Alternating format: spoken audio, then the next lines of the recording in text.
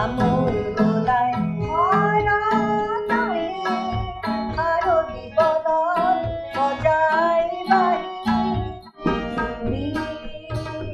আহিবা ধকে ধকি পানী চকে চকে। এগৰাকী বিশিষ্ট শিল্পী তেওঁ আছিল ডিব্ৰুগড় আকাশবাণীৰ এগৰাকী স্বীকৃতিপ্ৰাপ্ত শিল্পী আৰু বিভিন্ন সময়ছোৱাত তেওঁৰ কণ্ঠত বাণীবদ্ধ হৈছে বহু মন পৰশা গীত। নমস্কাৰ জনাইছোঁ আৰু ডেমক্ৰেচি লেভৰ ষ্টুডিঅ'ৰ পৰা মই মৰম কুমাৰে আপোনালোকৰ বাবে লৈ আহিছোঁ সেইগৰাকী বিশিষ্ট শিল্পী, আমাৰ প্ৰিয় বাইদেউ, আপোনালোকৰ প্ৰিয় কণ্ঠশিল্পী প্ৰণতি বৰুৱা বাইদেউ। স্বাগতম জনাইছোঁ। আৰু বাইদেউৰ কণ্ঠত আজি সেইবোৰ গীত শুনিব যিবোৰ গীতক কি ছ'চিয়েল মিডিয়া কি বিভিন্ন মাধ্যমত আমাৰ জ্যেষ্ঠসকলে কৈ থাকে যে এই ধৰণৰ গীতৰ আমাৰ প্ৰয়োজন আছে, আৰু সেই প্ৰয়োজন থকা গীতবিলাকে বাইদেৱে বিগত সময়ছোৱাত আকাশবাণী যোগে আৰু বিভিন্ন মাধ্যম যোগে শ্ৰোতাৰ বাবে আগবঢ়াই আহিছে। আৰু আজিৰ এই সংগীতৰ অনুষ্ঠানত বাদ্য সংগীতৰ ক্ষেত্ৰত সহযোগ কৰিছে দুগৰাকী শিল্পী। আমি পৰিচয়টো তেওঁলোকৰ পালাম। তোমাৰ নামটো? বিকাশ জয়ছোৱাল। সুন্দৰ। তবলাত? হয়, নমস্কাৰ, মোৰ নাম ৰুবুল দাস। ৰুবুল আৰু বিকাশ আছে। আমি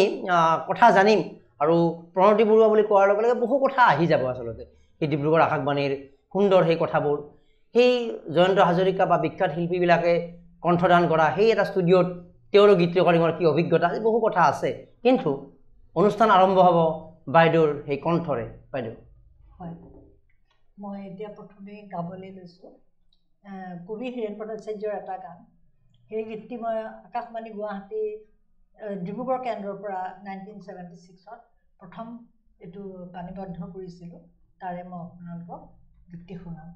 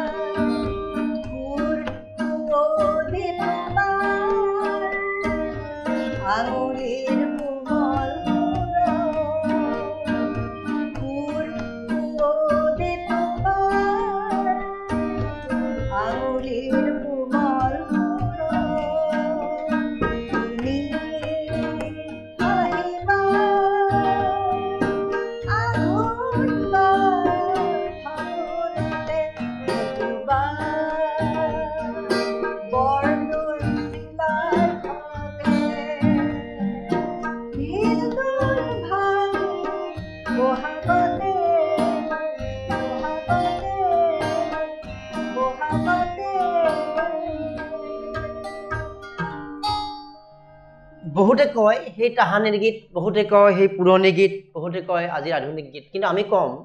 যে এয়া আজিৰ গীত, কাৰণ যিবোৰ বিষয়ত নিয়ম থাকে, যিবোৰ বিষয়ে নিয়ম পিন্ধি থাকে আৰু নিয়মৰ আধাৰিত সেই বিষয়বোৰ কেতিয়াও পুৰণি হ'ব নোৱাৰে। কথাবোৰ কিয় ক'লোঁ, আজি আমি প্ৰণতি বৰুৱা বাইদেউৰ কণ্ঠত যিটো গীত শুনিলোঁ, হয়তো বহুতে ক'ব সেই তাহানিৰ পুৰণি গীতবোৰ ভাল আছিল, কিন্তু এই গীতবিলাকৰ জৰিয়তে আমাৰ বিশেষজ্ঞ শিল্পীসকলে বা বিভিন্ন সমালোচকসকলে কয় যে সংগীতৰ সুস্থতা ধৰি ৰখা, সেই গীতৰ ভাষা, সেই গীতৰ সুৰ, সেইবিলাক সেই গীতবিলাকত আছিল, তাৰমানে তাত নিয়ম আছিল, তেনেহ'লে সেইবিলাক পুৰণি গীত নহয়। তো আমি এই কথাখিনি অৱতাৰণা কৰি আজিৰ গীত গাইছে আপুনি, নতুন গীত গাইছে, আমি ক'ম যে চিৰসেউজ এটা গীত, এই ধৰণৰ গীত আমি অকণমান উভতি যাম। এতিয়া আপোনাৰ গীতৰ যেতিয়া ইমান সুন্দৰ আমি এটা আভাস পালোঁ, আৰু আমি নকওঁ যে আপোনাৰ এই বয়সৰ শব্দটো ব্যৱহাৰ নকৰোঁ, কণ্ঠশিল্পী সদায় নতুন হৈয়ে থাকে। অকণমান আমি উভতি যাওঁ, সংগীতৰ জগতখনলৈ যাত্ৰাটো কোনটো বিন্দুৰ পৰা আৰম্ভ হৈছিল, কিমানলৈকে মনত পৰে? মই প্ৰায় 10 বছৰমানৰ পৰাই মই প্ৰথমতেই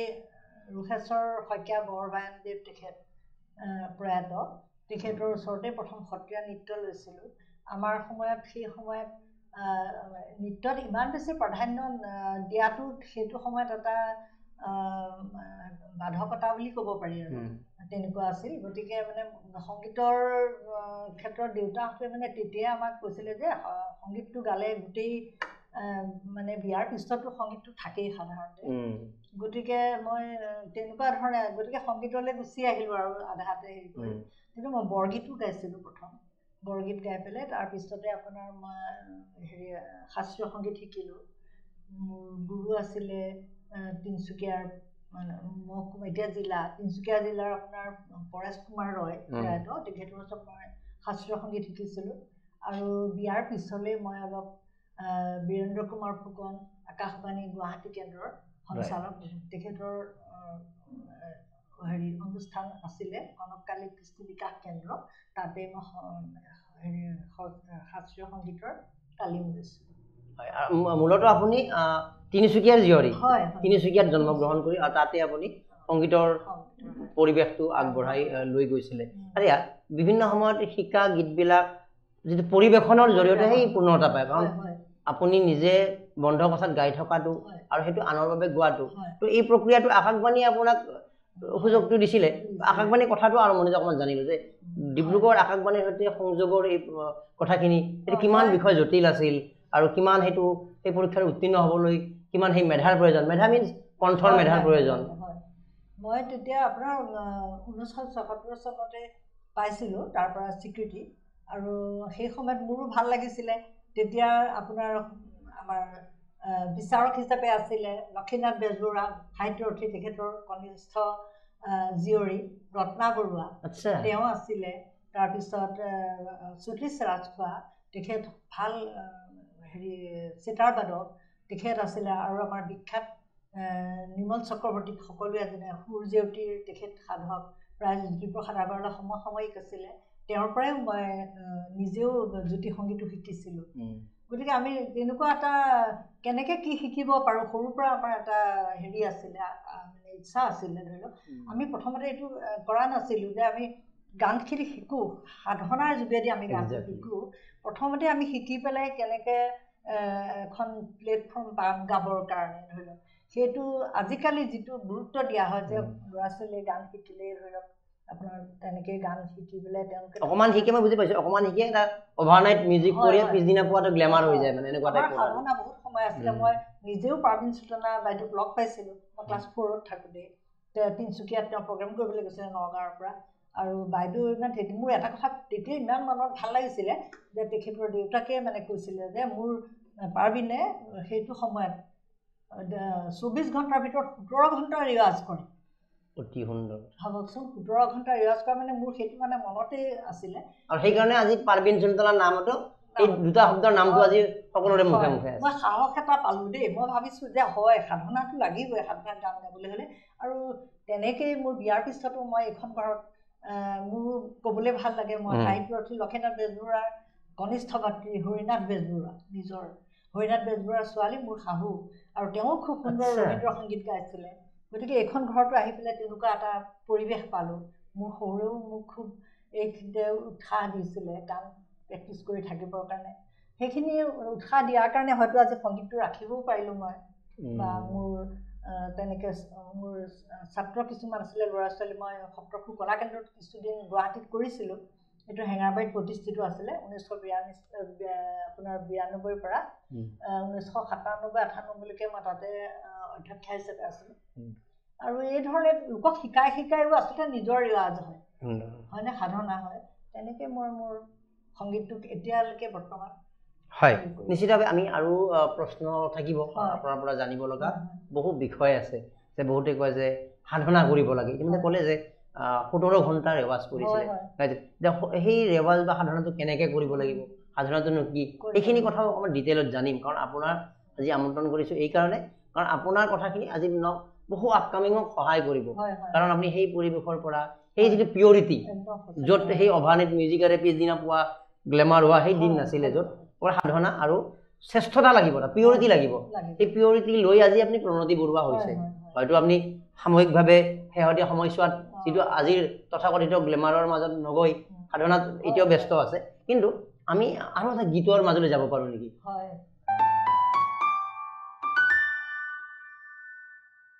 বাৰু তেনেহ'লে আপোনাৰ পৰৱৰ্তী আমি গানটোৰ মাজলৈ যাওঁ আপোনাৰ সুন্দৰ কণ্ঠৰ এই সুন্দৰ গান মই এতিয়া পৰৱৰ্তী গীতটো গাম আপোনাৰ প্ৰয়াত গীতা হাতীকাকতি তেওঁ গীতিকাৰ খুব সুন্দৰ লেখা তেখেতৰ আমোল মোলাই শৰত আহি শাৰদী বনত বজাই বাহি এইটো মোৰ স্বৰচিত মানে সুৰ মই কম্প'জ কৰা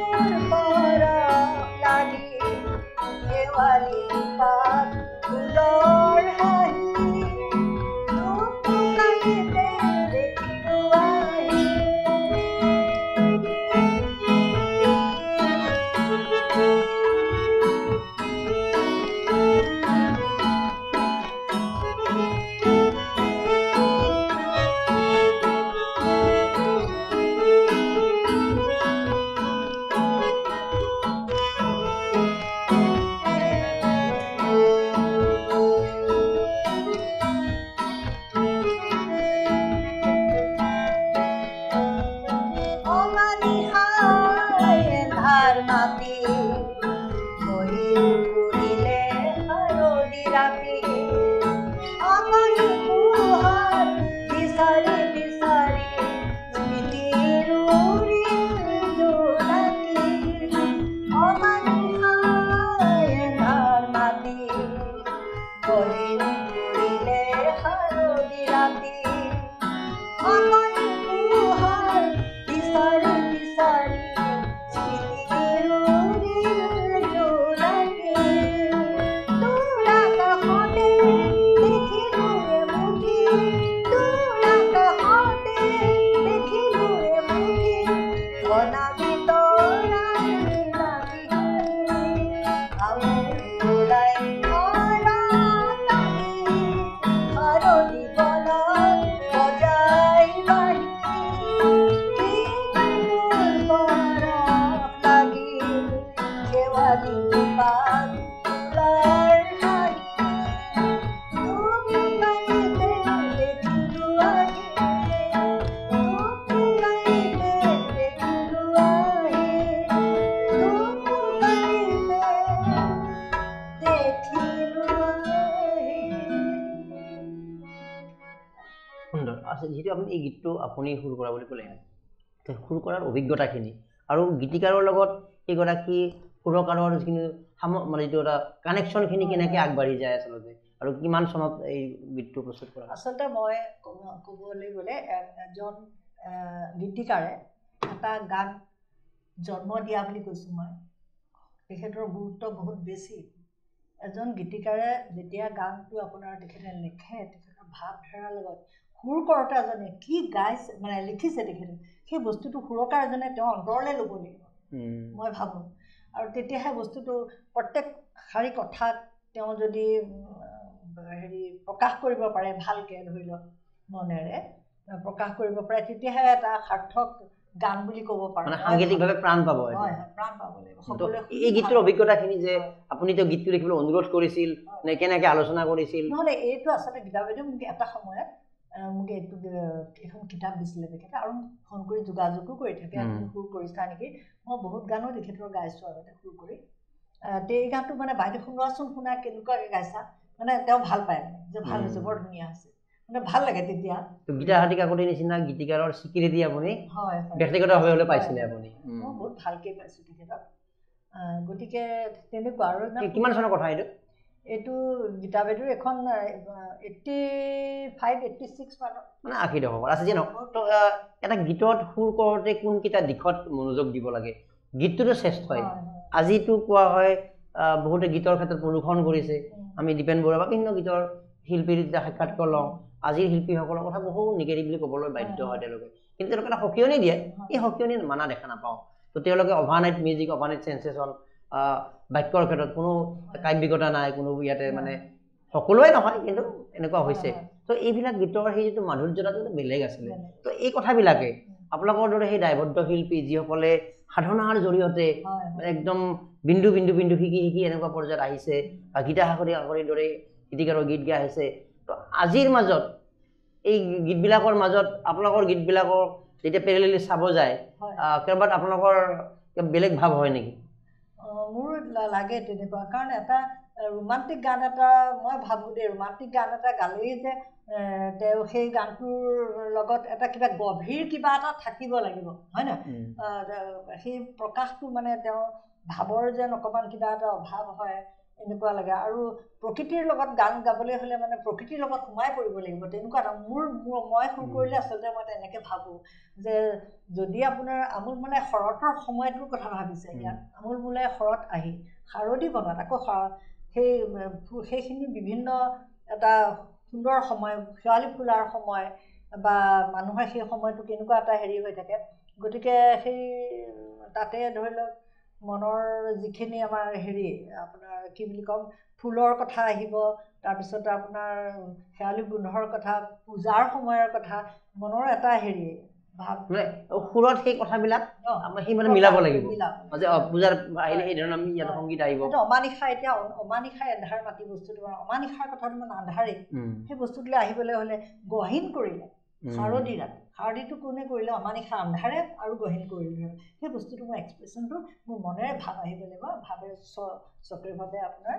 এইটো সুৰত ইমান সুন্দৰভাৱে বুজাইছে আপুনি কণ্ঠশিল্পী আমিতো বহুত সাক্ষাৎকাৰ নাপাই থাকোঁ কিন্তু সংগীতৰ বিষয়ে ইমান ডিটেইল নলেজ থকা বা মানে সুৰকাৰ হোৱাটো ইমান যদি সহজ কথা বোধ হয় নহয় আচ্ছা এটা গীত সুৰ কৰোঁতে আপুনি ক'লে যিকোনো গীতা দৃষ্টিভংগী ৰাখিব লাগিব সময়টো কিমান দিব লাগে তাক মানে পটককৈ এটা নহয় সুৰ কৰি পেলাই চব সময়তে নহয় কোনোবা এটা সময়ত মনত এটা সুৰ আহিলে নহয় মই পটককৈ গৈ পেলাই ধৰি লওক গুণগুণালে আমাৰ দিনততো তেতিয়া আজিৰ ধৰণে টেপ ৰেকৰ্ডাৰো নাই বা হেৰিও নাছিলে গীতিমালিকাত গান এটা শিকিবৰ বা শুনিবৰ কাৰণে লৰ মাৰিয়ে যাওঁ গৈ পেলাই আজি ৰেকৰ্ড কৰি থোৱাৰ ব্যৱস্থা নাই অকণমান লেখো লিখি পেলাই আকৌ নেক্সট গীতিমালিকালৈ ৰখি থাকোঁ যেতিয়া শুনিম যে গানটো দিছে আকৌ মানে লৰালৰিকৈ গৈ কাগজ পেঞ্চিল লৈ বহি যাওঁ বাকীখিনি লিখিবলৈ এনেকুৱা ধৰণৰ আৰু মোৰ এটা কথা মই সংগীতৰ সুৰ কৰিছোঁ 1974 চনতে আপোনাৰ তিনিচুকীয়াৰ অধিৱেশন 1975-76ত অল আছাম ষ্টুডেণ্ট কনফাৰেঞ্চ হৈছিলে ষ্টুডেণ্ট কনফাৰেঞ্চতে মই এটি কোৰাছ আমাৰ তিনিচুকীয়া কলেজৰ তেখেত গণিত বিভাগৰ অধ্যাপক আছিলে অনিল কুমাৰ বৰুৱা তেখেতৰ এটি গীত মই হেৰি কোৰাছ সুৰ কৰিছিলোঁ প্ৰথম সেইটোৱে সুৰ কৰা কৰি পেলাই আপোনাৰ সেইটো বৰ সুন্দৰ গীত হৈছিলে মানে কোৰাছটো 3 দিনমান আপোনাৰ এইটোৱেই মানে গোৱা হৈছিলে সুৰ কৰিবলৈ হ'লে সুৰকাৰগৰাকীৰ কোনকেইটা দিশত নলেজ বা কনফিডেন্স কোনকেইটা দিশ থাকিলে তেওঁ আচলতে সুৰকাৰ হিচাপে বা গীত এটা সুৰ কৰিবলৈ আগবাঢ়াব তাৰ সুৰ কৰিবলৈ হ'লে তালৰ বিষয়ে ভাল অভিজ্ঞ হ'ব লাগিব সুৰ এটা গান কথাটোৰ লগত তালৰ সমতা ৰক্ষা কৰিব লাগিব লয় লাগিব তেনেকুৱা কথা আৰু সেইখিনি সময়ো কয় কেতিয়াবা কোনোবা এটা গানৰ কাৰণে মই জানিছিলোঁ বা শুনিব পাইছিলোঁ নিৰ্মল প্ৰভা বাইদেৱে গান লেখে ওচৰত আমাৰ অমৰ শিল্পী জয়ন্ত হাজৰিকা বহি থাকে তেওঁ কথাখিনি লেখে কি লেখে কথাটো কয় কিন্তু জয়ন্তদাই মানে এই ধৰি লওক আপোনাৰ গুণগুণালে কেনেকুৱা হৈছে আকৌ সোধে হৈছে ভালেই হৈছে কেতিয়াবা সুৰটো আগতে হৈ যায় গীতটো পিছতো হৈ যাব পাৰে তাৰ ভিতৰতো লিখিব পাৰে তেওঁ লিখি যোৱা কথাখিনি যেতিয়া কয় এওঁ মনত আহিলে সুৰকাৰজনে মানে মনত প্ৰাণ সুৰ হেৰিয়ে হৈ থাকে গতিকে তাতে যদি আপোনাৰ তেওঁৰ ভবাতেই তেনেকুৱা ধৰণে লেখে বা তেওঁ ক'বও লাগিব যে আপুনি গানটো এনেকুৱা ধৰণৰ অকণ লিখিলে ভাল হ'ব নেকি তেওঁ আকৌ তেনেকৈও লিখা সেইটো এটা বেলেগ এটা হৈ যায় আচ্ছা এগৰাকী মানুহে যিকোনো ক্ষেত্ৰতে আগবাঢ়ি যোৱাৰ যিটো শেষ সীমা সেই সীমা কেতিয়াও নিৰ্ধাৰিত নহয় তো সেই সীমা পোৱাৰ পিছত আৰু এটা সীমা নিৰ্ধাৰণ কৰোঁ মই এইটো সুধিব খুজিছোঁ যে আমাৰ বাইদেউ প্ৰেৰণতি বৰুৱাই যেতিয়া গীত গাই আছিলে তো মই আগবাঢ়ি গৈ এইটো পৰ্যায়লৈকে যাম এইটো পৰ্যায়লৈ যোৱাৰ মোৰ হাবিয়াস আছে বা অমুকৰ দৰে মই হ'ম সেই হ'ম বুলি ভাবা সেই সপোনবোৰ কিমান দূৰলৈকে ফলিয়ালে আৰু আজিৰ এইখিনি সময়ত সেই শৈশৱৰ সেই সপোনবিলাকক যদি অকণমান ফ্লেশ্ববেক কৰি চাই কি পৰ্যায়টো আহি যায় মোৰ ভাল লাগে মই নিজেও গৌৰৱ অনুভৱ কৰোঁ মই তেনেকৈ বহুত মোৰ ষ্টুডেণ্টকো মই শিকাইছোঁ বহুতো ভাল গাই আছে এতিয়ালৈকে আৰু মোৰ সুৰৰ গান বহুতে দূৰদৰ্শনতো গাইছে আৰু আপোনাৰ আটাইতকৈ মোৰো ভাল লাগে মই ভজনো সুৰ কৰিছিলোঁ কিমানমান সুৰ কৰিলে মই বহুত চাবলৈ গ'লে আপোনাৰ 1000 মান চাগে হ'বই 70 শিশৰ লিখিছেও নিশ্চয় লেখাটো নাই লেখা দুই এটা লেখা কিন্তু গানৰ কাৰণে মই নিজে ইমান হেৰি নহয় তথাপিতো লিখিছোঁ সুৰ কৰিছে আৰু কণ্ঠশিল্পী হিচাপে আকাশবাণীৰ বাবে আপুনি কিমান গীত বাণীবদ্ধ কৰা হৈছে বাণীবদ্ধটোৱে ডাঙৰ কথা হৈছে মোৰতো যিটো সময়তে ধৰি লওক আমি বিবাহ হৈছে মোৰ সেইটো সময়ত মোৰ ঘৰুৱা কিছুমান সমস্যাৰ কাৰণে মানে মোৰ ধৰি লওক এখন ঘৰলৈ আহি মানে মোৰ ধৰি লওক অকণমান শহুৰ মোৰ অকণমান অসুখীয়া হৈছিলে গতিকে তেখেতৰ লগতো মই অলপ হেৰি কৰিবলগীয়া হ'ল আৰু মই সংগীতৰ মাতেও যেতিয়া ঘপককৈ ক'তো প্ৰগ্ৰাম কৰিবলৈ যাবলৈ অকণমান নিজে অসুবিধা পাইছিলোঁ কাৰণ তেখেত অকণমান নাৰ্ভৰ অসুখ আছিলে তেখেতকো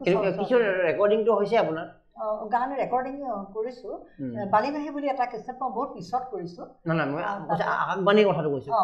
যেতিয়া আকাশবাণীত আপুনি স্বীকৃতিপ্ৰাপ্ত শিল্পী আছিলে তো সেই হিচাপে আকাশবাণী ডিব্ৰুগড়ত আপোনাৰ কণ্ঠৰ গান মই বহুত গাইছোঁ প্ৰায় 18-19টা মানে গান গাইছোঁ গীতৰ হয় এতিয়াও শ্ৰোতাই শুনিব পাৰে নেকি আহিব এতিয়া গীত গানবিলাক মই খবৰ কৰিছোঁ কিন্তু মোৰ দুখ লাগে এতিয়া ভাবিলে আকাশবাণী ডিব্ৰুগড় কেন্দ্ৰৰ গানবোৰ বোলে সেই শিল্পী বহুত আহি গ'ল বহুত শিল্পী আহিলে নতুন আহিলে আমাৰ পুৰণাবিলাক আৰু আমাৰ তেতিয়া স্কুলটো আছিলেতো স্কুলত কৰে তাৰ পৰা হয়তো কম্পিউটাৰাইজ কৰোঁতে কেতিয়াবা হয়তো বহুত পুৰণা হৈ গ'ল আৰু এনিমিটাই মই গুৱাহাটীলৈ বদলি হৈ আহিলোঁ হয় এতিয়া মই সেই সুধিছিলোঁ আৰু এটা কথা উত্তৰটো বেলেগ এটা কথা ক'লে কিন্তু সেইটো ভাল কথা ক'লে আপুনি মই সুধিছোঁ যে যিখিনি সময়ত প্ৰণতি বৰুৱা শৈশৱত আছিলে বা যৌৱন বা আগবাঢ়ি আছিলে গান গাই আছিলে চৌপাশটো দেখি আছিলে তেতিয়া এতিয়া দিনতো ইমান ডিজিটেল মিডিয়া বা টেলিভিশ্যন ইমান বা এইবিলাক নাছিলে তথাপিতো বুজি পাইছিলে যে আমাৰ চৌপাশত এই ধৰণৰ শিল্পী আছে বা মই এই পৰ্যায়লৈকে আগবাঢ়ি যাব খোজোঁ ইমান পৰ্যায়লৈ আগবাঢ়ি গ'লে মই সুখী হ'ম তো সেই যে অলপতো সপোন দেখিছিলে নিশ্চয় কৰি আছিলে এতিয়া আজিৰ এই পৰ্যায়ত উপনীত হৈ শৈশৱত দেখা সেই সপোনবোৰ যদি ফ্লেশ্ববেক কৰি চায় যে আপুনি সেই পৰ্যায়বিলাকত উপনীত হ'লনে তাতকৈ আগবাঢ়ি গ'ল? মই আগবাঢ়িলোঁ বুলি ভাবিব পাৰোঁ, কাৰণ মই তেনেকুৱা এটা সাংসাৰিক দুমোজাৰ মাজৰ পৰা থাকিও আকৌ ওলাইও আহিলোঁ সময়ত। আহি পেলাই মই বীৰেন্দ্ৰ কুমাৰ ফুকনৰ ইনষ্টিটিউশ্যনত মই শাস্ত্ৰীয় সংগীত গাইছিলোঁ। মাহেকত তেওঁলোকে জলচা পাতে, তেখেতক মানে আৰু কেনেকৈ মানে ষ্টুডেণ্টবিলাকক আগুৱাই নিব পাৰে তেওঁ খুব যত্ন কৰিছিলে আৰু তেনেকৈ গাইছিলোঁ তাত। তাৰমানে সংগীতৰ জগতত আপুনি প্ৰৱেশ কৰি ইমান সুন্দৰকৈ শিকি বুজি যিমানলৈকে আগবাঢ়ি যোৱাৰ কথা ভাবিছিলে। এটা কথাই ভাবোঁ যে মই মোক পূৰ্ণ প্ৰকাশ কৰিব পাৰিলোঁ নোৱাৰিলোঁ সেইটো কথা পিছ কথা, কিন্তু মই সদায় গান গাই পেলাই মই খুব সুখী হওঁ। মই আপোনাৰ ৰিগ্ৰেট বুলি কয়, ৰিগ্ৰেটটো নাই যে মই কৰিলোঁ এৰি পেলালোঁ বা মই ইমান পৰ্যায়লৈকে যাম বুলি ভাবিছিলোঁ বা মানে সেইটো মানে সময়ে আচলতে কেতিয়াবা হৈ যায় সময়ৰ কাৰণে। আৰু যিখিনি মই পঢ়াও নাই সেইখিনি মই যত্ন কৰিছোঁ। চাপোজ মোৰ ছোৱালীও তেনেকুৱাকৈ গাই গৈছে তাই। অৰ্থাৎ কথাটো মই এইটোৱে বুজি পালোঁ, সংগীতে আপোনাক স্বীকৃতি কোনটো পৰ্যায়ত কেনেকৈ দিছে সেইটোক লৈ আপুনি ইমান ভাবি থকা নাই, কিন্তু সংগীতৰ কাৰণে স্বীকৃতিৰ বাবে পঢ়াকৈ বা সংগীতৰ প্ৰতি you have done your full justice to music, সম্পূৰ্ণ জাষ্টিছ আপুনি মানে ন্যায্যতা দিছে সংগীতক আপুনি নিশ্চিত। এতিয়া প্ৰণতি বৰুৱাই আজি এই পৰ্যায়ত বাইদেৱে এই পৰ্যায়ত উপনীত হ'বলৈ বহু ব্যক্তিৰ ইতিমধ্যে দুই এগৰাকী গুৰুৰ কথা ক'লে, তো আৰু এই যাত্ৰাটোত কিছুমান মানুহক আমি আকৌ ৰোমন্থন কৰিব পাৰোঁ নেকি, যিসকলৰ কথাৰে সমৃদ্ধ হৈ আছে, যিসকলৰ পৰামৰ্শ আছে, যিসকলৰ উৎসাহ আছে, তো তেনেকুৱা আপুনি লগ পোৱা সেই সংগীত শিল্পীসকল বা বিভিন্ন তেনেকুৱা ব্যক্তিক কাৰোবাক আজি? মোৰ সুৰত এজন ৰাজেশ্বৰ বৰদলৈ আছিলে, খুব ভাল তেখেতে কৃষ্যবাদক আছিলে। ক'ৰ তেখেত? গুৱাহাটীত শ্বিলঙত আছিলে, পিছত ইয়ালৈ আহিছিলে, বহুত সকলোৱে জানে তেখেতক। মই সুৰ কৰা বসন্তৰ এটা গান আছিলে, তেখেতে বৰ ভাল পাইছিলে সেই গানটো সুৰ কৰি পেলাই। মই এইটো আপোনাৰ গুৱাহাটী দূৰদৰ্শনত গাইছিলোঁ সময়ত, তেতিয়াও তেখেতে কৈছে বৰ সুন্দৰ সুৰ কৰিছা। আৰু ঠিক তেনেকৈ ৰেডিঅ'টো কিছুমান গান গাইছিলোঁ যিবোৰ এতিয়া ৰেডিঅ'ত ডিব্ৰুগড় নে গুৱাহাটী? গুৱাহাটী ৰেডিঅ'টো গাইছে আপুনি? গুৱাহাটী 2015তহে মই ইয়াৰ পৰা। আচ্ছা, এই যিটো আকাশবাণী স্বীকৃতি বুলি কোৱা হয়, যদি আপুনি ডিব্ৰুগড় আকাশবাণীৰ এপ্ৰুভ আৰ্টিষ্ট, সেইগৰাকীৰ সেই এপ্ৰুভেলটো গুৱাহাটী ৰেডিঅ'টো মানে প্ৰযোজ্য হয়নে, এপ্লিকেবল হয়নে? মই তাৰমানে তাৰ পৰাই বদলিহে আহিলোঁ। পাৰি সেইটো কৰিব, তাৰমানে তাৰ যিখন এপ্ৰুভেল চাৰ্টিফিকেট সেইখন ইয়াতো এপ্লাই হয়, আৰু সেই অনুসৰি আপুনি আকাশবাণী গুৱাহাটীতো আপোনাৰ গীত আপুনি পৰিৱেশন কৰিছে কথাটো। তো আকাশবাণীত গীত গোৱাৰ ক্ষেত্ৰত, কাৰণ আকাশবাণীৰ গীত গোৱাৰ লগে লগে আমি এটা মিউজিকেল নলেজ, যেনেকৈ PhD পাইছে, বা ইমান জানে মানুহজনে, মানে PhD নোপোৱাকৈ জ্ঞান থাকিব পাৰে, তেনেকৈ বা আকাশবাণীৰ স্বীকৃতিপ্ৰাপ্ত শিল্পী এটা বেলেগ দৃষ্টিৰে চায় আচলতে। তো সেই বস্তুটো এতিয়া কিমান মানে আজিৰ দিনত আছে যে আকাশবাণীৰ স্বীকৃতিপ্ৰাপ্ত শিল্পী, সেই সন্মান বা সেই যিখিনি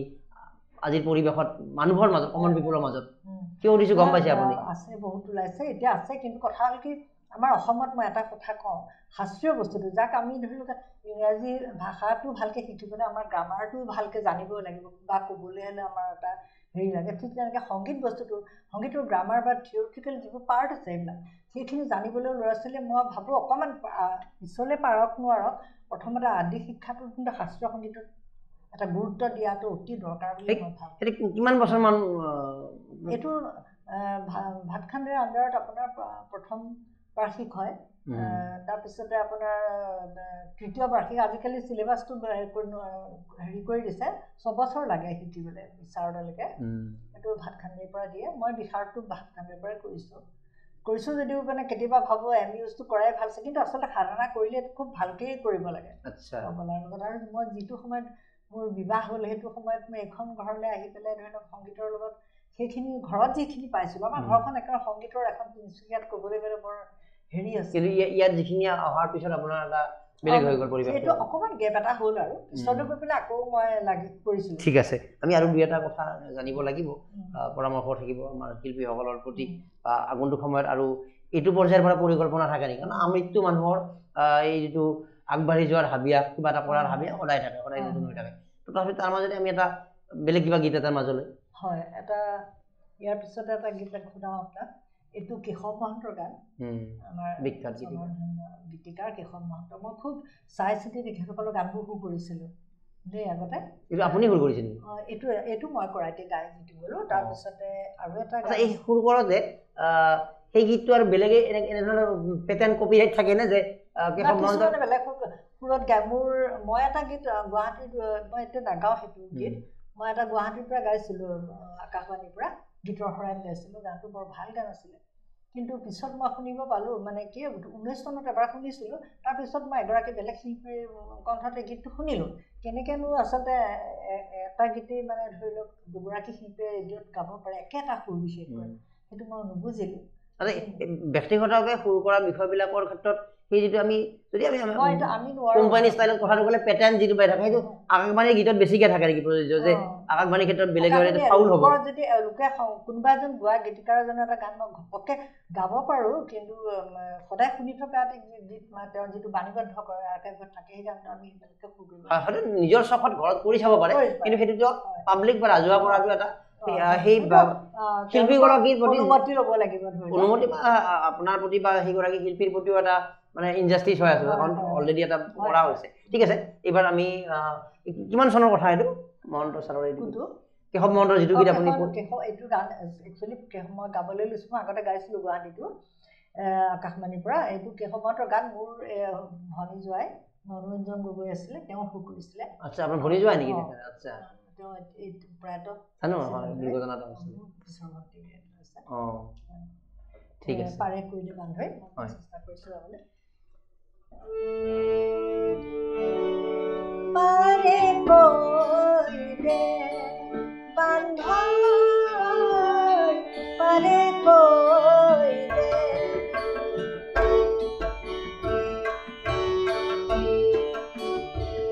পাৰে কৰিলে বান্ধৈ পাৰে কৰিলে কি কৰাৰে পজাতি মনকে চিলিকে পাৰে কৰিলে বান্ধৈ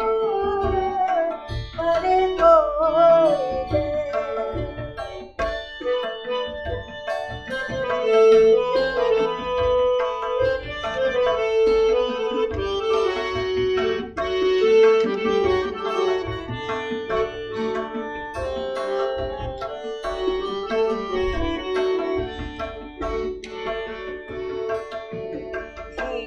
ধকে ধকি পানী চকে চকি ধকে ধকি পানী চকে চকি জোৰেৰে মাৰিছে খুন্দা বলিয়া বলিয়া লকা চাকে নয়া বলিয়া বলিয়া লকা চাকে নয়া মনটোৰ শিলেৰে বন্ধা লতা কয়া কৰি দিনা পাৰ খাব নোৱাৰিলে পাৰে কৰিলে বান্ধৈ পাৰে কৰিলে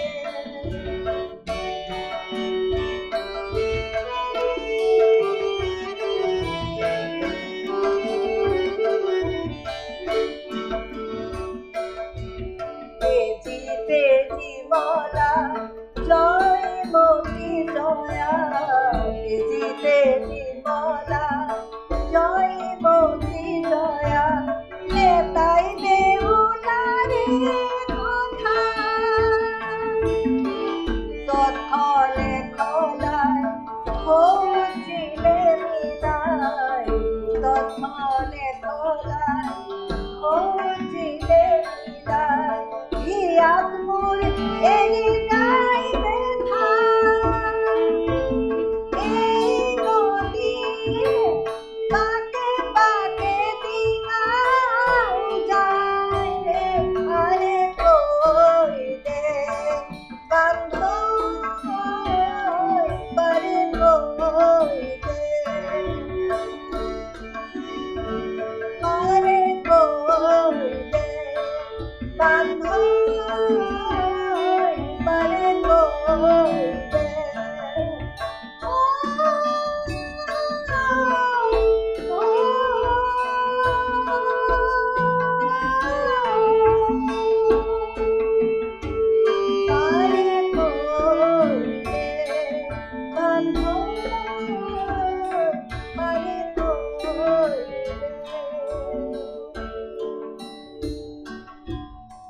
গীতটো সুৰ কৰাৰ পিছত আপুনি যে হয়তো গাড়ী শুনাইছিলে সেই সময়ত আমাৰ ইয়াৰ ৰিয়েকশ্যন বা তেওঁৰ মন্তব্য স্বীকৃতি কেনেকুৱা আছিলে মই এইটো পিছতহে গাইছোঁ তেখেত ঢুকোৱাৰ পিছতহে আচ্ছা আচ্ছা আচ্ছা কিন্তু বাইদেৱে সুধিছিলে এদিন মোবাইল মানে মোক ফোন কৰি পেলাই সুধিছিলে হেৰি নিকুঞ্জলতা বাইদেউ তেখেতৰ পৰিবাৰ আৰু এই ধৰণৰ বিখ্যাত যিসকল গীতিকাৰ শ্ৰেষ্ঠ গীতিকাৰ কোৱা এই গীতবিলাকৰ সুৰ কৰোঁতে বহু কথা আচলতে আৰু বহুত কষ্ট হয় দেখিছোঁ এইটো গানটোৱে হৈছে নদীয়াল হেৰিৰ পাৰে কৈ দিয়ে নদীৰ নাৱৰীয়াৰ লগত কথা আছে প্ৰকৃতিৰ এটা ভাৱ আছে গতিকে বস্তুটো আৰু আপোনাৰ অলপ এই নদীত মাছমৰীয়াবিলাক গৈ থাকে ঠিক তেনেকুৱা ধৰণৰ এটা সেই কথাবিলাক আহিব লাগিব তেনেকুৱা ধৰণৰ আচ্ছা সুৰ কৰাৰ ক্ষেত্ৰত গীতৰে সুৰ নে কিবা ক'ৰবাত ধাৰাবাহিক বা এনেকুৱা সেই নাটক বা এনেকুৱা পৰ্যায়তো কিবা মিউজিক কৰাৰ ক্ষেত্ৰত কিবা আগবাঢ়িছিল নেকি আপুনি মিউজিক তেনেকুৱা কৰিছোঁ মই বহুত কোৰাছত মানে মহিলাৰ কোৰাছত বহুতত মই সুৰ কৰিছোঁ গাইছোঁ বহুতে তেনেকুৱা বহুতকেইটা কোৰাছ সুৰ কৰি থৈছোঁ মই আৰু এটা আপোনাৰ লক্ষ্মীনাথ বেজবৰুৱাৰ ইয়াত আপোনাৰ হেৰি জন্ম শতবাৰ্ষিকীত হেৰি কৰিছোঁ আপোনাৰ তেখেতৰ লেখা এটা গান মানে কোৰাছ হিচাপে গাইছোঁ 30গৰাকী মহিলাই সুদৰ্শন লেখিকা সংস্থাৰ আকাশ নামৰ যিটো অনুষ্ঠান এইটো মুকলি অধিৱেশনত মোৰ কোৰাছটো গোৱা হৈছিলে বিভিন্ন মঞ্চত এই গীতবিলাক এয়া আমাৰ জন্মভূমি এইটো মানে এটা বৰ আগৰ সুৰটো বেলেগ আছিলে কিন্তু মই সুৰটো কৰাৰ অলপ বেলেগ পিছৰ এতিয়া আধুনিক ধৰণৰ হৈছিলে আৰু এই সুৰটো কৰোঁতে বহুতে অকণমান কৈছিলে যে এইটো আগৰ আৰ্কাইভত আছে কিন্তু মোৰ সুৰটো বাইদেৱে হেৰি কি নামটো আপোনাৰ সুদক্ষিণা বাইদেৱে নিজে ফোনৰ যোগে সুধিছিলে আচ্ছা বাইদেৱে কৈছে তুমি গোৱাচোন মই অকণমান শুনো কথাটো সুৰটো শুনো গোৱাৰ পিছত তেওঁ খুব ভাল পাইছে গাবা দেই এইটো গাবা মানে আধুনিক এতিয়া বৰ্তমান আধুনিক হেৰি এই গানটো সুৰটো বৰ ভাল হৈছে আচ্ছা আপুনি বৰ্তমান গুৱাহাটীৰ বাসিন্দা বা বিগত বহু বছৰ গুৱাহাটীত আছে মূল শিল্পীসকলৰ কেন্দ্ৰস্থল গুৱাহাটী বুলি ক'লে ভুল কথা নহয় কাৰণ যিটো শিল্পীৰ কোনো বাউণ্ডেৰী নাথাকে গুৱাহাটী ডিব্ৰুগড় সেই ক'ৰবাত জগাইচুকত থাকিলেও শিল্পী তথাপিতো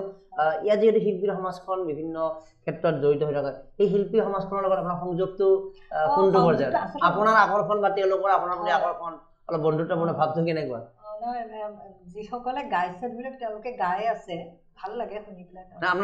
আপোনালোকৰ টাৰ্মছ যিটো শব্দটো ব্যৱহাৰ কৰা হয় মোৰ টাৰ্মছটো মানে কথাটো কি হ'ল জানে শিল্পী বুলি ক'লে আচলতে আপোনাৰ তেওঁলোকেও কেতিয়াবা মনত পেলাব লাগে পুৰণা শিল্পী বুলি আছেনে বা ময়ো বহু বছৰ গান গাইছোঁ তেনেকৈ ভাল কিন্তু মই আমাৰ নামে মেনশ্যন কৰিলোঁ সংগীতা কাকতি হওক তেওঁলোকৰ আমাৰ চীনা পৰিচয় সংযোগী এইটো পৰ্যায়ত কৰিছিলোঁ এটা পুৰণি গীতৰ সুৰত মোক গাবলৈ তেওঁলোকে মাতিছিল মই মোৰ ঘৰতে কৰিছিলোঁ অকণমান এটা ৰেকৰ্ডিং এটা কৰিছিলোঁ কিন্তু মোৰ নিগাজিটো মই মানে লগ পোৱা হোৱা নাই মই তেনেকৈ লগ আচ্ছা আচ্ছা নিজস্ব তথাপিও আপুনি যিহেতু সংগীতৰ কথাখিনি শিকিছে বহুতক শিকাই আছে তো শিকাই থকা কথাখিনি শেষত এবাৰ লওঁ শিক্ষয়িত্ৰী হিচাপে যে সংগীতৰ গুৰু হিচাপে আৰু আমি যিটো দেখিছোঁ বহুতে শিকিব খোজে কিন্তু কেতিয়াবা আৰ্থিকভাৱে যিটো এটা বেলেগ সচ্ছল নহয় সেইকাৰণে তেওঁলোকে অসুবিধাও পায় আৰু বিগত সময়ত আমি এনেকুৱা বহু মানে শিক্ষাৰ্থীক আপুনি শিক্ষাদান কৰি আহিছে এতিয়াও সেই আগ্ৰহটো আছে নেকি আপোনাৰ আছে মোৰ এতিয়াও আছে কোনোবা যদি শিকাৰ আগ্ৰহী মানে কি আৰু যিখিনি প্ৰাথমিক জ্ঞান ৰেগুলাৰ বেচিছত নহ'লে এমাহ দুমাহ বা তেনেকুৱা এমাহ দুমাহ বা কোনোবাই শিকিলে মই তেনেকৈ শিকাব পাৰোঁ সেইটো কথা নাই যাৰ হেৰি নাই ইচ্ছা থাকে ইমান ভাল প্ৰতিভাৱান কণ্ঠ থাকে কিছুমান গাই সুবিধা নাই কিন্তু এই মুহূৰ্তত আপুনি সংগীত বিদ্যালয় হিচাপে জড়িত নাই কিন্তু ব্যক্তিগতভাৱে মোৰ এনেই মই এখন মাজতে প্ৰস্তুতি চলাইছিলোঁ মোক বহুতে কণ্টেক্ট কৰিছে কিন্তু মই ফ্লেটত থাকোঁ গতিকে ফ্লেটত থকা অসুবিধা হয় বুলি চাৰাউণ্ডিং চাউণ্ডৰ কথা হয় বহুতেও মাতিও আছে কিন্তু মোৰ অকণমান এইটো কাৰণে অসুবিধা হয় কিন্তু কোনোবাই যদি ইচ্ছা কৰে ব্যক্তিগতভাৱে আপুনি পাৰিব এতিয়া যিহেতু এতিয়াতো মুখৰ কথাত নহয় আমাৰ কথাটো কৈছোঁ এটা যোগাযোগ নাম্বাৰ লাগিব যোগাযোগ কৰিবলৈ কিবা যোগাযোগ নাম্বাৰ ক'ব পাৰি নেকি আমাৰ অনিয়াৰ মোৰটো আপোনাৰ এইটো মই কৈছোঁ মোৰ 9864022593 ঠিক আছে আমি এবাৰ গ্ৰাফিক শ্বটত দি দিম আপোনাৰ নাম্বাৰ আৰু লগতে আমি কৈছোঁ 6 মাইলৰ যিটো নয়নতৰা ছুপাৰ মাৰ্কেটৰ কাষৰ আনন্দ নগৰত বাইদেউ বাসগৃহ 6 মাইলৰ ব্ৰিজৰ কাষতে কলা কেন্দ্ৰ বুলি আগৰ যিখন আছিলে সেইখন এতিয়া শ্ৰুতি কলা বুলি থৈছোঁ আৰু আপোনাৰ যিখিনি আগৰ সময়খিনিত এই যিটো আমাৰ বিহু ফাংচন বুলি শব্দটো ব্যৱহাৰ কৰা হয় বা ফাংচনৰ অৰ্থত প্ৰফেচনেলি গীত গোৱাৰ অভিজ্ঞতাখিনি কিমানলৈকে আগবাঢ়িছিল গাইছোঁ মই বিহু গাইছোঁ বহুত আগতেও গাইছোঁ কিন্তু খুব ভাল পায় মানুহে দেই গালে মানে খুব হেৰি কৰে মই তিনিচুকীয়াত গাইছিলে নে অকণমান পিছতো গাইছোঁ ইয়াতো গাইছোঁ আপোনাৰ আমাৰ VIP ছ'চিয়েল VIP তাত যিখন বিহু সন্মিলন যথেষ্ট ডাঙৰ বিহু সন্মিলন হয় মাঘ বিহুটো ইমান সুন্দৰ আমাৰ মেজি মানে তাৰ পৰম্পৰাটো ৰক্ষা কৰি এতিয়ালৈকে চাগে মই ভাবোঁ গুৱাহাটীত ইমান সুন্দৰ ঠাই নহয় ছ'চিয়েল সতদল শাখা সাহিত্য সভা বুলি কয় আমাৰ তাতে বৰ ধুনীয়াকৈ আপোনাৰ আয়োজন কৰে এতিয়া এইটো পুৰা সংস্কৃতিটো পুৰা আমি সামৰিব লাগিব এতিয়া আমি বিভিন্ন ক্ষেত্ৰত বিভিন্ন ব্যক্তিৰ জীৱন বা অকণমান যিখিনি আমি সাধাৰণ জ্ঞান হৈছে দেখিছোঁ চ' এগৰাকী শিল্পী হওক বা যিকোনো ক্ষেত্ৰৰ ব্যক্তি হওক সেই ব্যক্তিগৰাকীৰ পূৰ্ণতা প্ৰাপ্তি তেতিয়া হয় যেতিয়া তেওঁৰ ব্যক্তিগত কেন্দ্ৰিক যিটো স্বাৰ্থ মানে যে মই যে শিল্পী হৈছোঁ মই দিন ৰাতি মোৰ কামতে ব্যস্ত আছোঁ সেই যিটো বৃত্ত আচলতে সেই বৃত্তৰ পৰা তেওঁ কিমান বাহিৰলৈকে ওলাই আহিব পাৰিছে ইন দ্য মিনছ তেওঁ ছ'চিয়েল কানেকশ্যন কিমান আছে তো সামাজিকভাৱে কিমান জড়িত থাকিবলৈ চেষ্টা কৰিছে আনৰ বাবে টকা দিয়াটো ডাঙৰ কথা নহয় সময় কিবা দিছে নেকি এই ক্ষেত্ৰত প্ৰণতি বৰুৱা কিমান ধনী আচলতে যে সামাজিকভাৱে হয়তো এটা কথা মই নিজেও দেখিছোঁ আজি অনিয়াৰ আমি বহু কথা নকওঁ কিন্তু আপোনাৰ সাংসাৰিকভাৱে বা কিমান সমস্যা আছে কিন্তু তথাপিতো আপুনি নিজৰ মাজত সোমাই থকা এগৰাকী স্বাৰ্থপৰ কথা কোৱা নাই যিহেতু নিজৰ লগত ব্যস্ত থকা মানুহ নে অলপ সমাজমুখিতা আপোনাৰ সমাজমুখী হৈ ভাল পাওঁ মই মানে একচুৱেলি সংগীতটোক মই যেতিয়া প্ৰথম স্বীকৃতি লাভ কৰোঁ আমাৰ ফৰ্মবিলাক ফিল আপ কৰা হৈছিলে সংগীতটো কিহৰ কাৰণে গায় মই সদায় তাতেই প্ৰথম লিখিছোঁ মানুহৰ কাৰণে গায় মানুহৰ লগত সম্পৰ্ক মনোৰঞ্জনৰ কাৰণে মোৰ নিজেও মই ভাল পাওঁ আনক আনন্দ দি ভাল পাওঁ তেনেকুৱা টাইপৰ আচলতে মই তেনেকুৱা সময়খিনি তেনেকৈ মিলাই ভাল পাওঁ আৰু এতিয়াও মই যিসকল আমাৰ জ্যেষ্ঠ নাগৰিক আছে মই তেখেতসকলকো কওঁ যে আমাৰ প্ৰতি মাহে আমাৰ এখন হেৰি বহক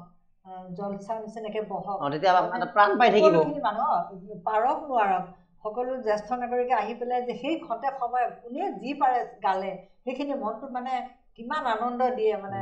জীয়াই থকাৰ এটা হেৰি হয়তো শিল্পীসকলৰ ব্যক্তিগত উদ্যোগ এইটো সম্ভৱ নহয় কিন্তু আমি যিহেতু এনেকুৱা বিভিন্ন পৰামৰ্শ আমাক বহুতে দিয়ে আমি যিমানটোলৈকে সাহিত্যৰ ক্ষেত্ৰত কিছু কাম কৰি আছোঁ তো আমি ডেম'ক্ৰেচি লেবে আজি কথা দিলোঁ আমি হয়তো মাহত সম্ভৱ নহ'লেও 3 মাহৰ মূৰত এবাৰ হ'লেও জ্যেষ্ঠ শিল্পীৰ কাৰণে আমাৰ ডেম'ক্ৰেচি কাৰ্যালয়তে হওক আমি এনেকুৱা এটা ভাবিম বস্তুটো যাতে আজি মই সেইটো অনুভৱো কৰিছোঁ যে আপোনাৰ মই বিভিন্ন প্ৰশ্ন উলিয়াব চেষ্টা কৰি আছোঁ আপুনি মানে বিনম্ৰ মানুহৰ কাৰণে কথা মানে মুকলিভাৱে কোৱা নাই ক'ৰবাত নহয় ক'ৰবাত আক্ষেপ ৰিগ্ৰেট এটা আছে আপোনালোকৰ যে এই যে শুদ্ধতা ইমান শিকি আছে আপোনালোকৰ ইমান মূল্য আছে মিউজিকেল ভেলু আছে কণ্ঠ আছে নলেজ আছে সেইটো সমাজে যেন ক'ৰবাত ল'ব জনা নাই আমিও দেখি আহিছোঁ বিগত সময়ছোৱাত আৰু আপোনাৰ বিভিন্ন কথাৰ উত্তৰত আমি কিছু অনুভৱ কৰিছোঁ আপুনি আক্ষেপ কৰা নাই কিন্তু কথাটো হ'ল কি মানুহৰ জীৱন সীমিত আপোনাৰ সেই যিখিনি টেলেণ্ট মিউজিকেল যিটো সাধনা সেইখিনি সমাজে ল'লে সমাজৰ উপকাৰ হ'লহেঁতেন ন সেই কথাটো কৈছোঁ মই গতিকে এইটো আমাৰ সংবাদ মাধ্যমত দায়বদ্ধ আছে অনুষ্ঠান পৰিচালন আছে কেৱল অভাৰনাইট মিউজিকেৰে পিছদিনা গ্লেমাৰ হৈ ফুৰা আৰু মানে তেওঁলোকৰ ভিডিঅ' আপলোড কৰিলে কোটি কোটি মিলিয়ন ভিউজ হোৱাসকলৰ পিছতে দৌৰি আমাৰ কেৱল সময়টো সেইটো নাৰাখি এই ধৰণৰ শুদ্ধতাৰে ইমান যিখিনি আমি জ্যেষ্ঠ শিল্পীসকলৰ নলেজখিনি যদি আমি বিয়পাই দিব পাৰোঁ সময় থাকোঁতে সুস্থ হৈ থাকোঁতে এটা কথা আপোনাৰ প্ৰতি অভিভাৱক মই কওঁ তেওঁলোকৰ ল'ৰা ছোৱালীবিলাকক সময় দি পেলাই যাতে এই সংগীতৰ এই যিটো সাধনা কৰে অটুট ৰাখে মাক দেউতাকে কোনোবা এজন ল'ৰা ছোৱালীয়ে নিজৰ ভালকৈ কণ্ঠ আছে কিন্তু মাক বা দেউতাকে উৎসাহ দিবৰ কাৰণে ওচৰত অকণমান বহিব লাগিব 1 ঘণ্টা নহ'লেও আধা ঘণ্টা সময় তেওঁলোকক তেতিয়াহে গাবৰ এটা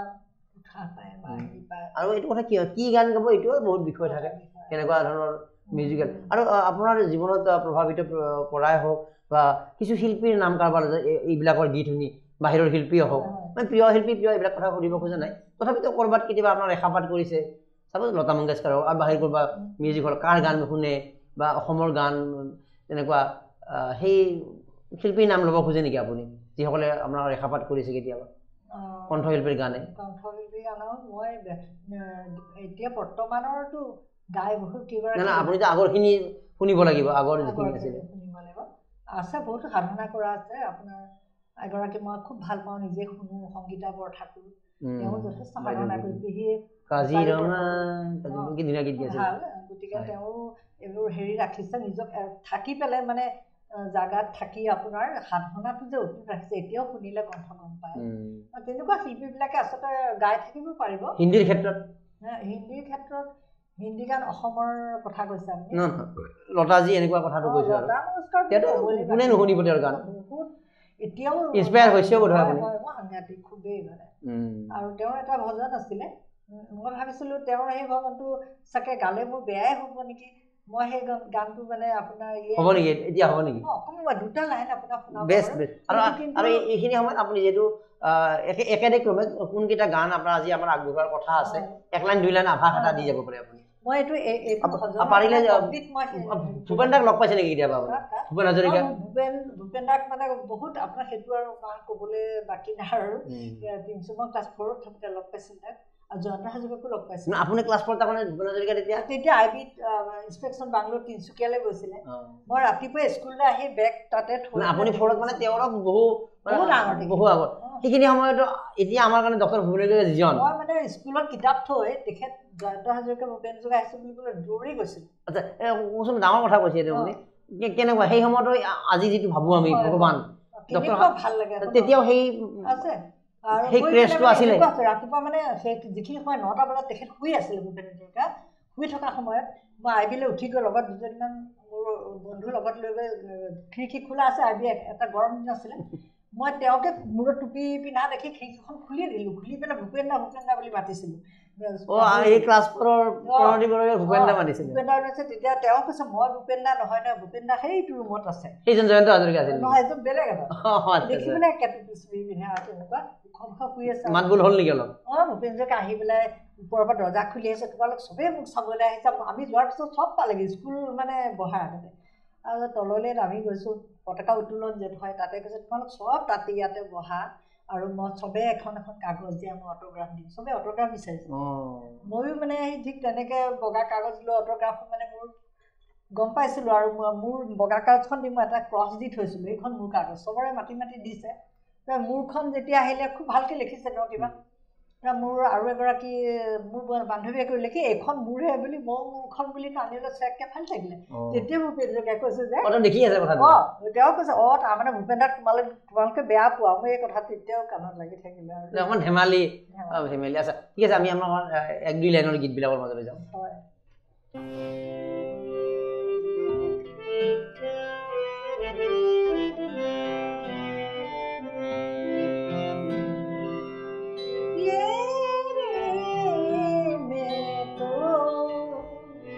प्रेम दीवानी मेरो दर्द न जाने कोई ये प्रेम दीवानी मेरो दर्द न जाने कोई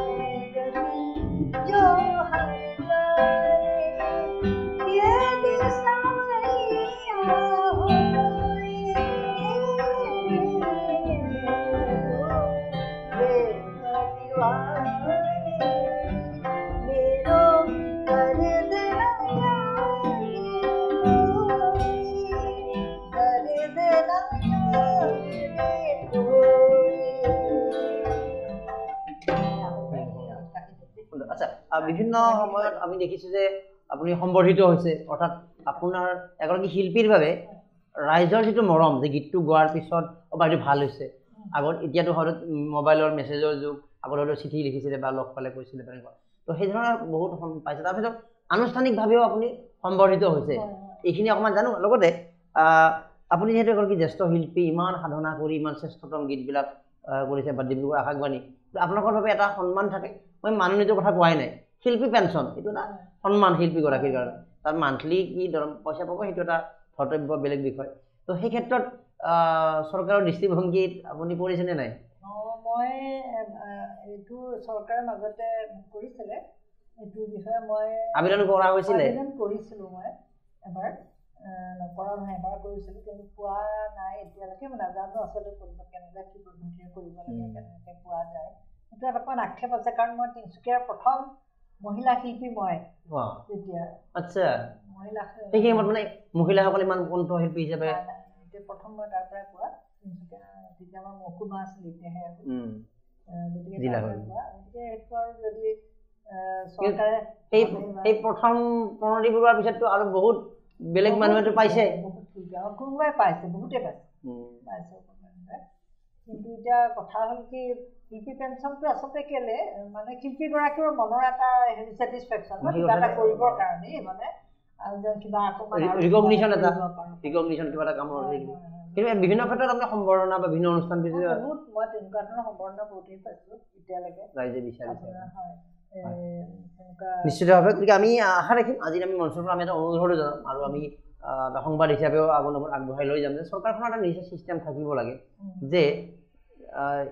এইসকল শিল্পী আমাৰ লগত আছে এটা ছাৰ্ভে তেওঁলোকৰ হ'ব লাগে বিয়াগম সাংস্কৃতিক মন্ত্ৰালয় আছে তেওঁলোকে হয়তো গোটেই অসমখনৰ ক'ৰবাত নাজানিব বুলি বা আমি নাজানো বুলি কৈ থ'ব পাৰে কিন্তু তেওঁলোকৰ হাতত এই ধৰণৰ এখন তালিকা জ্যেষ্ঠ শিল্পী বিশেষকৈ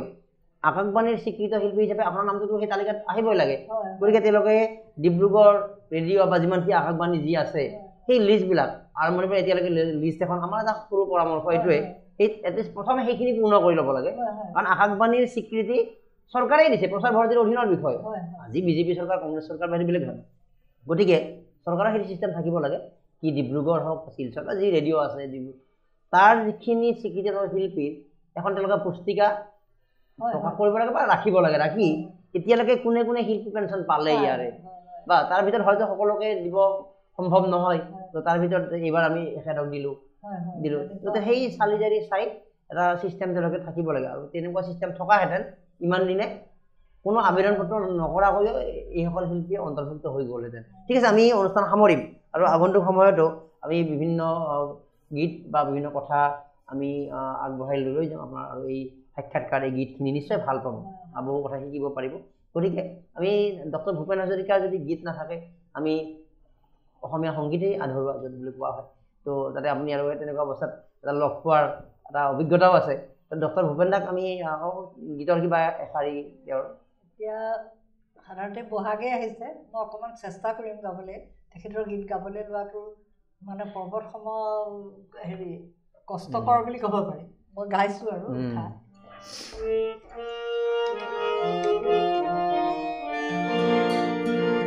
বহাগ মাথো এটি ঋতু নহয় বহাগ মাথো এটি ঋতু নহয় বহাগ এটি অসমীয়া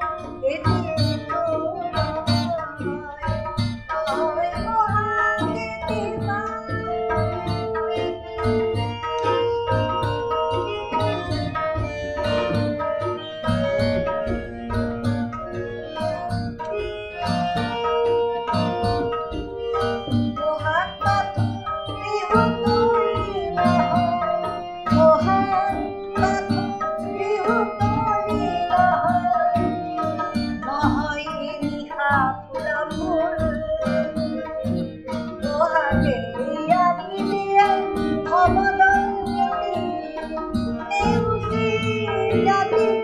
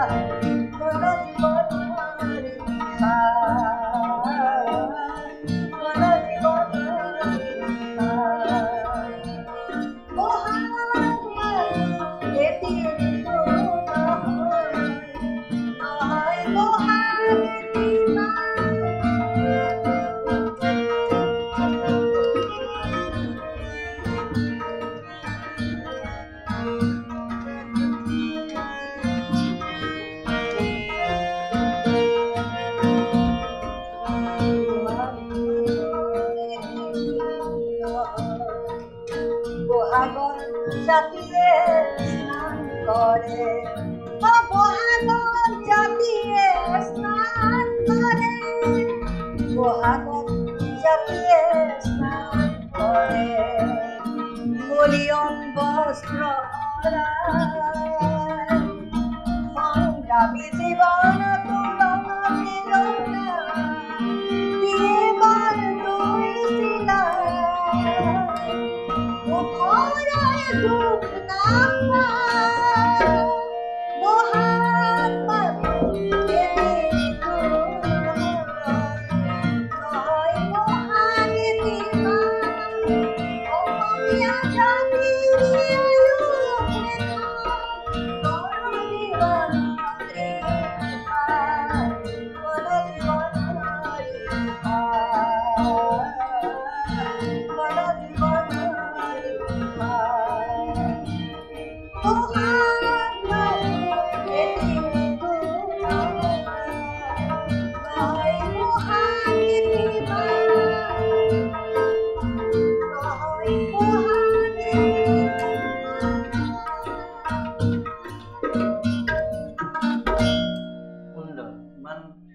সুন্দৰভাৱে আমি শুনিব পাৰিছোঁ আপোনাৰ এই গীতটো আমি ধন্যবাদ জ্ঞাপন কৰিছোঁ আৰু আপুনি বিভিন্ন গীত আপোনাৰ নিজৰ গীত ডক্টৰ হাজৰিকাদেৱৰ গীত বিভিন্ন গীত আজি শুনালে বহু কথা আমি অৱগত হ'লোঁ আগন্তুক সময়ত আৰু এই কথা আগবাঢ়ি থাকিব আমাৰ অনুৰোধ এটাই এই মঞ্চৰ পৰা যে আমাৰ এই জ্যেষ্ঠ শিল্পীসকলৰ যিখিনি জ্ঞান মানে এটা অভিজ্ঞতাৰ মূল্য সদায় আছে সেইটো লেখকেই হওক বা কোনোবা অধ্যাপকেই হওক এই